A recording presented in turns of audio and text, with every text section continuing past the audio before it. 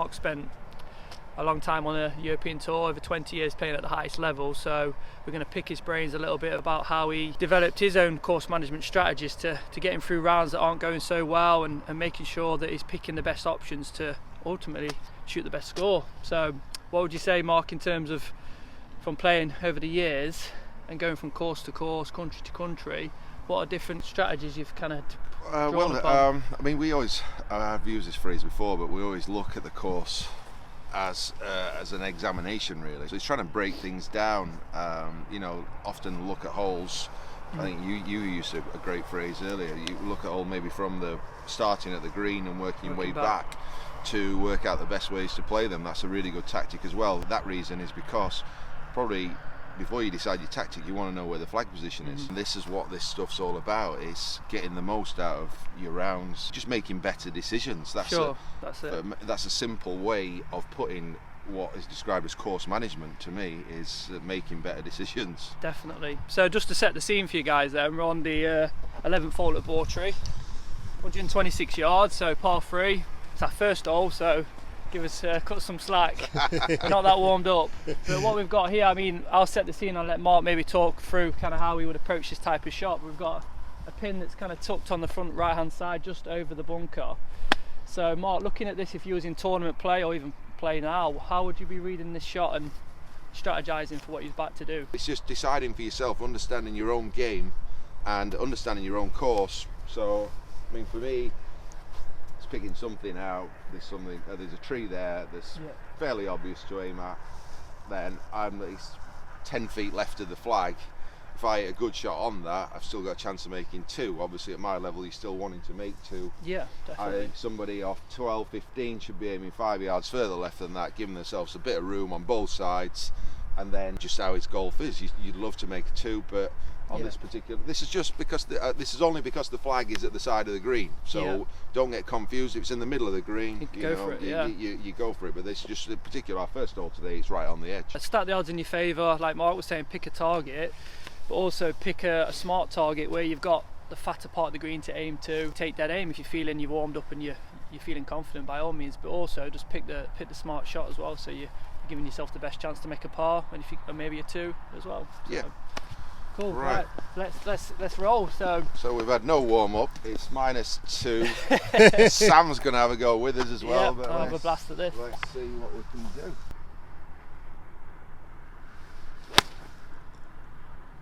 Oh, it's pin hunted. Nice shot. Yes, that's not bad. Probably a bit short because we're not warmed up, but bang on the tree I was aiming at. Great shot that. Just left of the pin. Lovely shot. Thumbs up.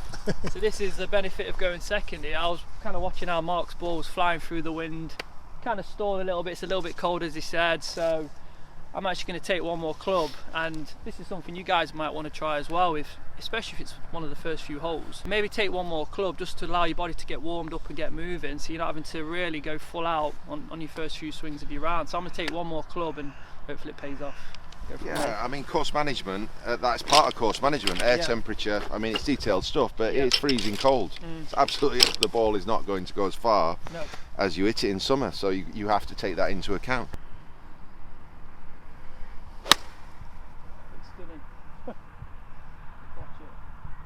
So right on cue there, I've kind of pulled it a little bit left.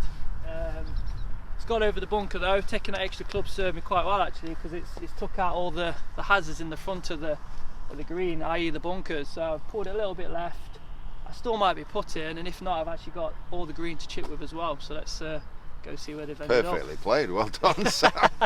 Missed all the hazards. Safest part is just over them, and I've actually ended up pin high as well to the flag. So I've got an easy chip to work with. I've still got a chance of making par, so all is good. I've actually hit my ball on line, not taking an extra club, and with a good shot I'm actually still a long way short, so I'm not taking into consideration how cold it was first thing. Sam, if we're panning here, he's done as he wanted. He didn't want to miss it on the right, it's down the left hand side, but because he's got it pin high, we're actually almost the same distance away, and I've hit mine straight at the flag.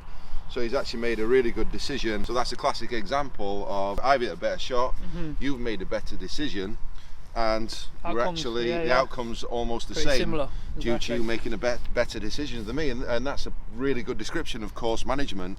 And Sam's one up on course management right now. Yeah. I'm always kind of thinking of for these types of shots is how soon can I get the ball rolling for me? Is that due to the amount of green that's in front of you? Yeah, That's what- exactly. Yeah, so much green in front of me. It's far more predictable as well, so I know how the ball's going to react.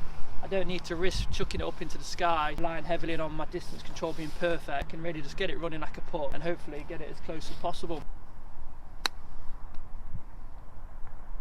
Nice. Lovely shot. So yeah, not too bad. Got it pretty much pin high again. So and left myself about a 3 or 4 foot putt for par. So hopefully I can roll that in. At the front of the green, needed one more club, but still, it's it's nice. I've hit it where I've aimed. Let's try and get it inside Sam's to keep him a bit quiet before. I'm always trying to visualise the distance I'm hitting the ball, because you're just trying to get it as close as you can from this distance.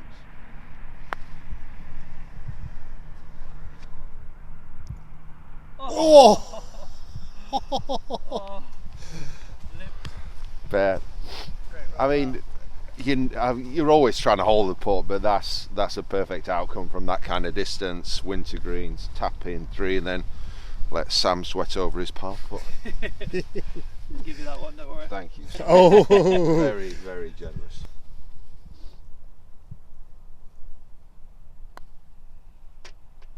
Boom. So maybe up and down. It was a nice chip granted, but I think that the tee shot left me in the best place to give me the chance to up and down it and keep going and keep the bogeys off the card ultimately. So on to the next one. A drivable par 4 here, so it's really deciding if you're going to go for it or not. And Mark, what are you thinking? You played this hole a few times, so Yeah, I mean, it's a classic risk reward hole, isn't it? So it's a perfect example of course management.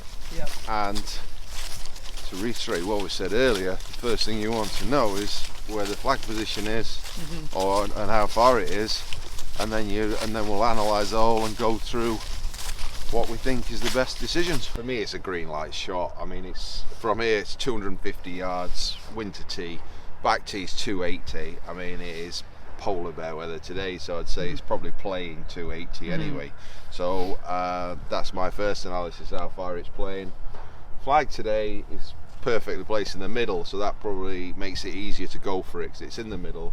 Anybody who knows Sportry, this is one of the best holes on here. Wonderful hole. The green is very undulated, very difficult. So if you're taking this green on, you take it on at your own risk, literally risk and reward. Sam, I think you're fancying the layup, aren't you? Yeah, I'm going to go for the layup on this one. So I think again I feel more confident in hitting a middle range to low iron just out there and giving me a nice little wedge shot in for my second shot. So I feel for me my strength is more in my wedge play, so if I can get it in position then it gives me a better chance to make a birdie or a par for me. So, and what are you opting for then, Mark? I think I'm going to go, you don't want to be long on this hole, do you? So I'm going to give it a good smack with a 3-wood and see if I can get it online, and who knows, maybe an eagle. Yeah, give it a shot. My natural shot's a slight fade. It's a little left to right hole, so one of the reasons I'm going for it is it suits my eye. You'll hear that phrase a lot from or good players or tour pros. If something suits their eye, they tend to go for it and be more aggressive. If something doesn't, they'll play to their strengths, like Sam explained.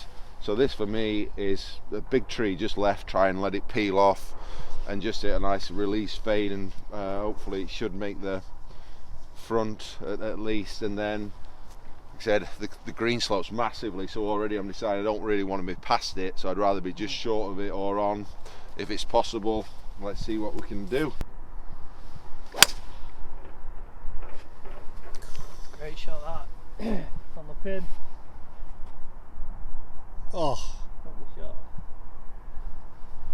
So that's onto the back edge, that one on the green, is it? Yeah, I think we've maybe gone a little bit further than I thought, but yeah, it's main thing is straight. I've hit the fade I want, called it. and we're down there. We're such good friends that we share 2 faces. I'm looking to lay it up just in front of that first bunker, which might be about 180 out, so I've got 4 iron here, just to really hit a nice soft one, to leave him with that nice little chip in so I can open up all the greens. So I'm favouring the left side here. Using visualisation again, where we're looking is key, because that's really the information you're taking on, is that visual side. So we tend to swing in the direction we're looking and focusing on. So it's really important that our attention doesn't get pulled to the flag for me, or to the trees. So I'm making sure I'm really mindful where I'm looking at when I'm making my practice swings, and where my attention is on as well. It's very easy to switch off when you're laying up. Still hit the best shot you can hit on any shot. So still pick your target, even pretend there's a par 3 green there or something. Try and hit that green, try and hit a certain area. Don't just look out wide and think, oh, I'll just hit it down there. Just try and focus where you're hitting it to. Try and leave yourself a yardage that you like to hit. Even if it's just what you think a basic shot, just still try and hit. Try and hit the best shot, which is exactly what you said there. I think it's a good thing for course management.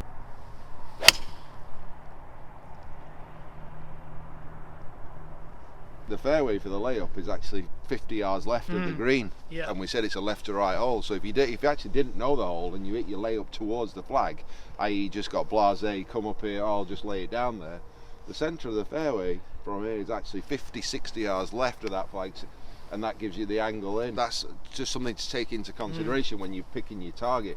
But it's very easy on there to get flag orientated. Oh, I'm just going to lay it down there. You're in the right hand rough and you're already getting yourself in a mess straight away. So that's just try and take in your surroundings. You can do it quick, it doesn't have to slow play down. Just take your surroundings in, pick your spot, and away we go. You've hit a beautiful tee shot here. It's still not an easy shot, is it, from here, because of the flag position. So first thing I would look at, the flag's on the front, there's a slope just in front of it, and then that immediately takes me to the greens are soft, so you don't want to spin it. Ideally I'd like to send a low shot in and just get it to skip up there. If it doesn't skip, you can still 2-putt from underneath it. Now we know that flag's exactly there, past it, there's a good chance of putting back off. If you hit something too hard in there, as a pro, it's going to spin off. Admittedly, you might not have to think about it spinning off, but whatever, still, you don't want to be landing it past. Nice. Stunning.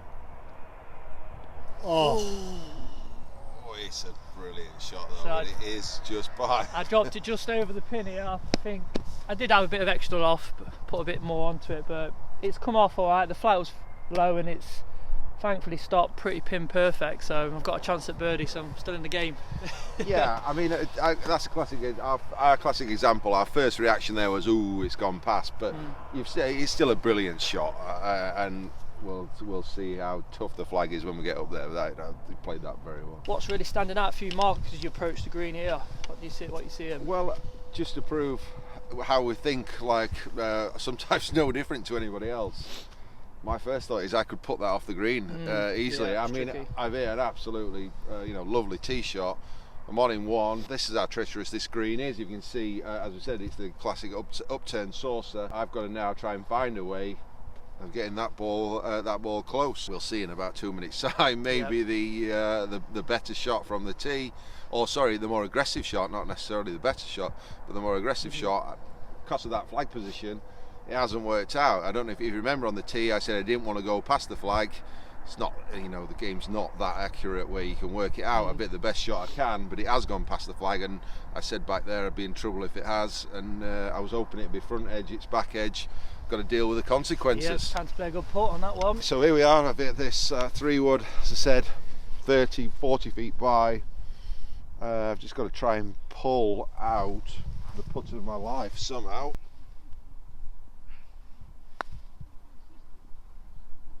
Oh no. Steady on. Oh no. Steady on. Oh no. Oh! And that's the slope ruining its ugly head there, isn't it? I've hit that too hard though. But I mean, it had a chance of going in, but I have hit that too hard. But yeah, that is, you live by the sword, you die by the sword.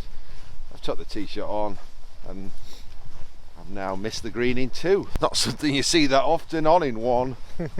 Often, oh no, in my defence, it's a green in regulation, it's stayed on.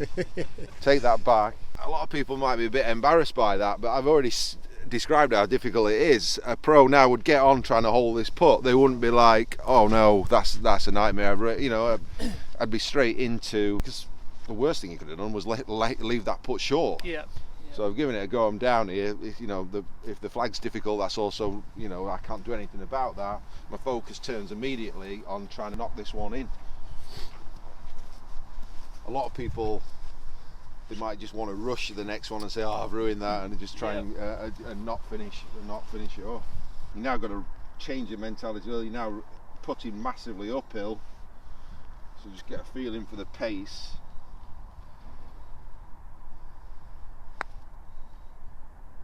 Oh, and he's gummed great it in. putt. Good putt. Boom.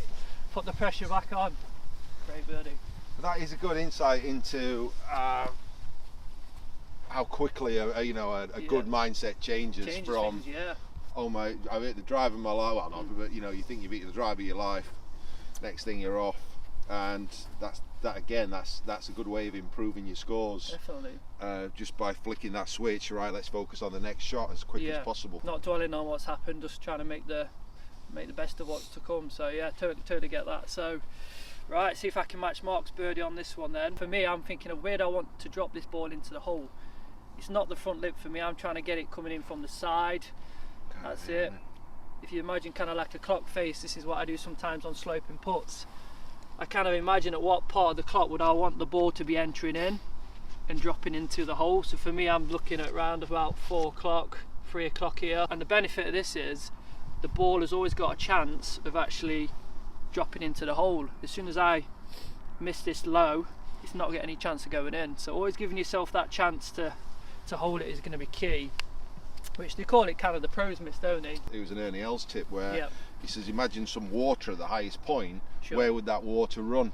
And exactly, we both come up with, as pros, both come up with the same thing. It would run in there, which kind of means the centre of the hole is actually there. Sure, yeah, like that. So it's going to lip out there. The centre of that's when we're trying to find these things. That's what we're looking. So the centre of the hole is actually to the 2/3 to the right because of the severity of the slope. And it's a difficult putt, but you've got to spot beforehand what's difficult, what you need to do, and then get on with trying to hold the putt. Exactly. So visualising that entry point, as Mark said there, is going to be key, and then working back from that entry point with your eyes and just visualising it dropping in, and that's going to really form the basis of how we set up to the ball and how we aim as well. So I'm going to try and hopefully drop this in for birdie and keep the pressure going on in the game.